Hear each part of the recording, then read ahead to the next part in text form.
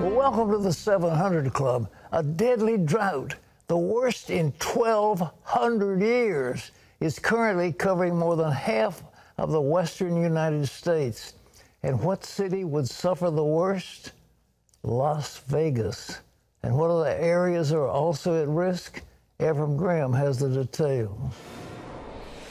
Pat, geologists say we have not seen conditions like this in more than 1,000 years. More than half the western United States now in the highest category of drought. Nearly 2 million people in California could be affected, as well as other states that depend on Lake Mead and the Colorado River for water. Farmers are planting fewer crops and some could fail altogether. But it's Las Vegas that could suffer the worst. The city is already preparing for the worst drought in 2 decades, but experts fear it will not be nearly enough. Lake Mead provides about 90% of Las Vegas's water, with the population increasing by 50% since 2002. It's sucking more and more water out of the system, and suppliers may soon have to reduce the water flow, potentially causing people to pack up and leave. An editorial in the Las Vegas Sun saying the drought is so severe and has gone on so long, it might well be called the norm. Pat, back to you. I don't know if this has prophetic significance, but Las Vegas has been called Sin City. And Sin City is just getting ready to, it was put in a strange place to start with. It seemed like this year, though, there was so much snowfall in the Northwest exactly. that you thought that but the snowpack up there doesn't affect Lake Mead. It should. Well, they're not taking care of it, but the Hetch-Ketchy reservoirs in California should be full right now, but they haven't been adequately taken care of. And so this man-made things, but this one is very, very serious, and it's happening so fast. Mm-hmm. And yet the farmers are going to suffer. I mean, when it's all over with, the prices of agricultural products will go up dramatically, but it will be rather serious. And it's something that you hate to use the term biblical proportions, but that's exactly what this is. It's a drought of biblical proportions. Well, in other news, did the president get rolled at a NATO meeting? And what does that say as he gets ready for a showdown summit with Russia's president? Let's go back to Ephraim for more details. Menacing threats to global security. That's how NATO leaders called out China and Russia in the countdown to the summit with President Vladimir Putin.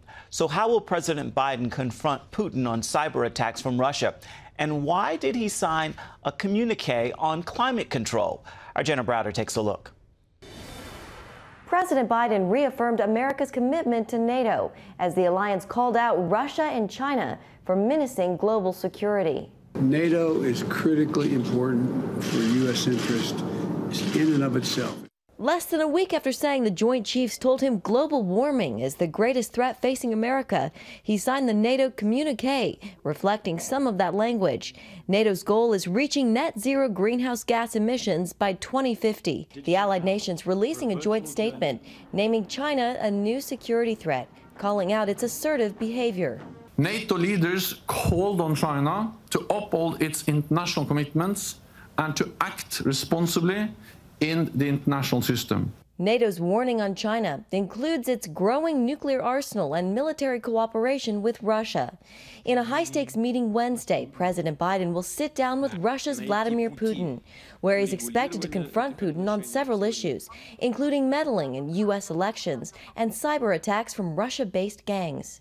I'm going to make clear to President Putin that there are areas where we can cooperate if he chooses.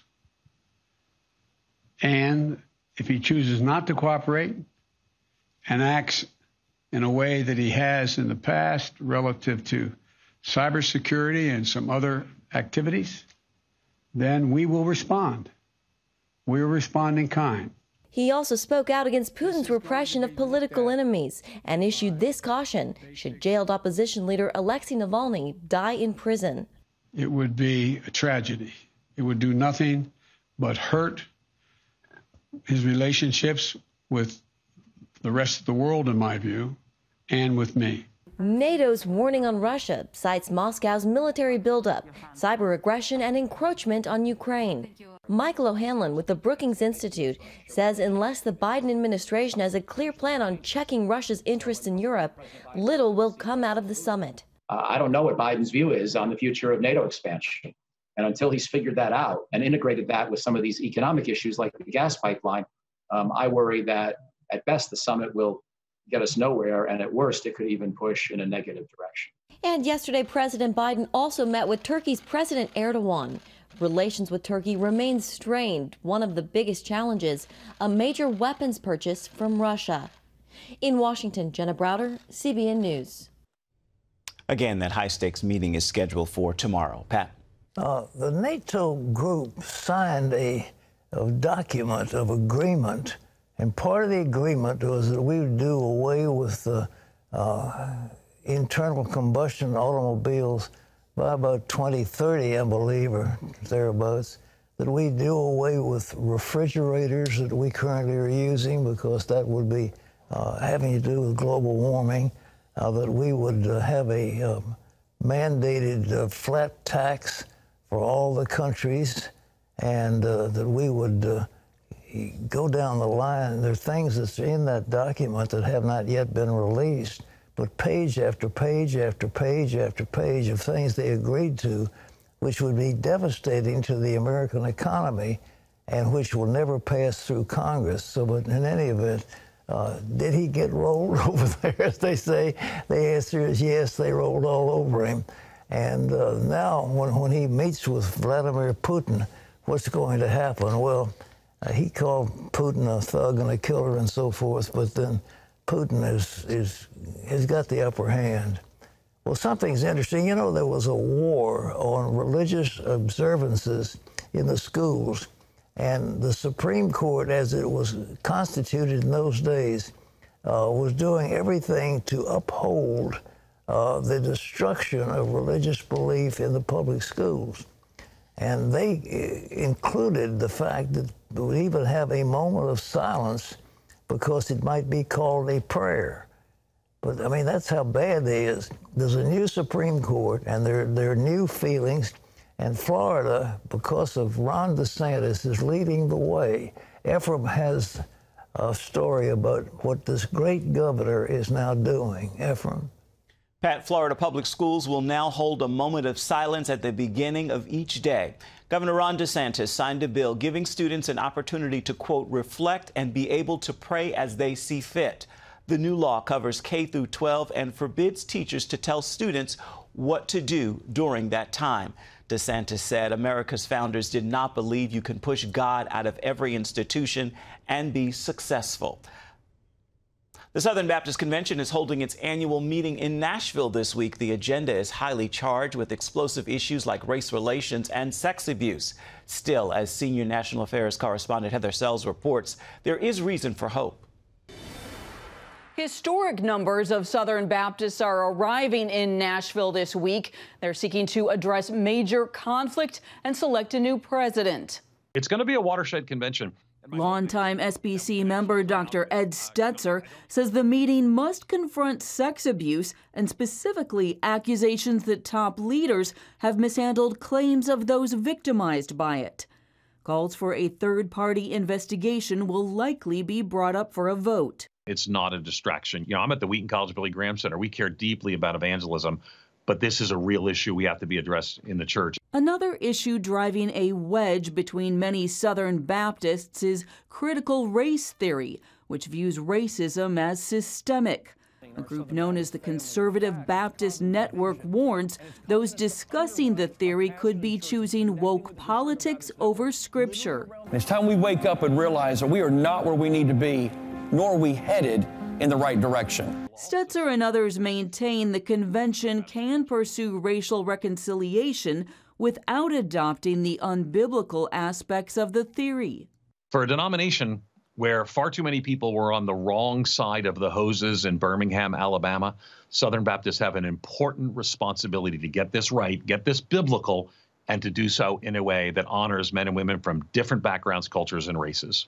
Those differing viewpoints raise the stakes for choosing the next Southern Baptist president who will replace Pastor J.D. Greer.